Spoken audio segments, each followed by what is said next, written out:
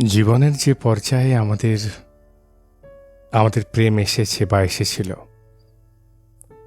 কম বেশি একটি কথা আমরা বলেছি বা এখনো হয়তো বলি, হয়তো এখনো প্রকাশ্যে একটু বুক ফুলিয়ে বা বা মনে মনে তো বলেই থাকি, আমার মানুষটা একটু অন্যরকম, ও একটু আলাদা, ও এমনটা নয়।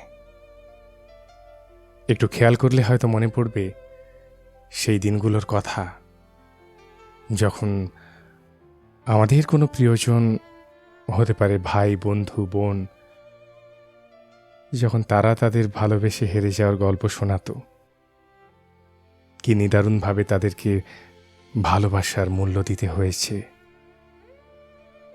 তখন একটু হলেও তো মনে হয়েছে। আর যাই হোক, আমার মানুষটা একটু অন্যরকম, একটু আলাদা, ও এমনটা নয়।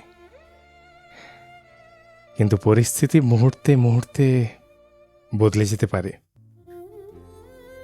আজ যাকে অন্যরকম মনে হচ্ছে, কাল কাল তাকে মনে হবে পৃথিবীর সব নারী কিংবা সব পুরুষ সব একই, সব প্রতারক। দেখবেন একদিন আপনিও আপনার ভালোবেসে শূন্য হয়ে যাবার গল্প কাউকে শোনাচ্ছেন, আর সে মনে মনে বলছে, আর যাই হোক, আমার মানুষটা একটু আলাদা, ও এমনটা নয়।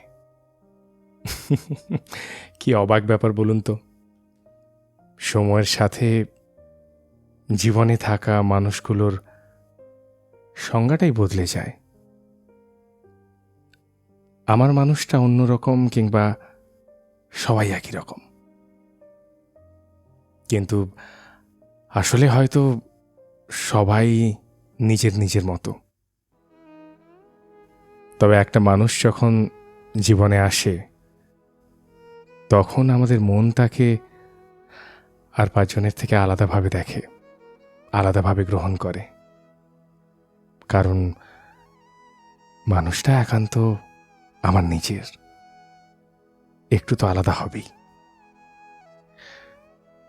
এটাও ঠিক, বিচ্ছেদের পর আমরা অনেকেই সেই মানুষটাকে একইভাবে আজও রেখে দিয়েছি নিজের জীবনে, বা আমরা অন্যের জীবনে সেই একইভাবে আগের মতো থেকে গেছি।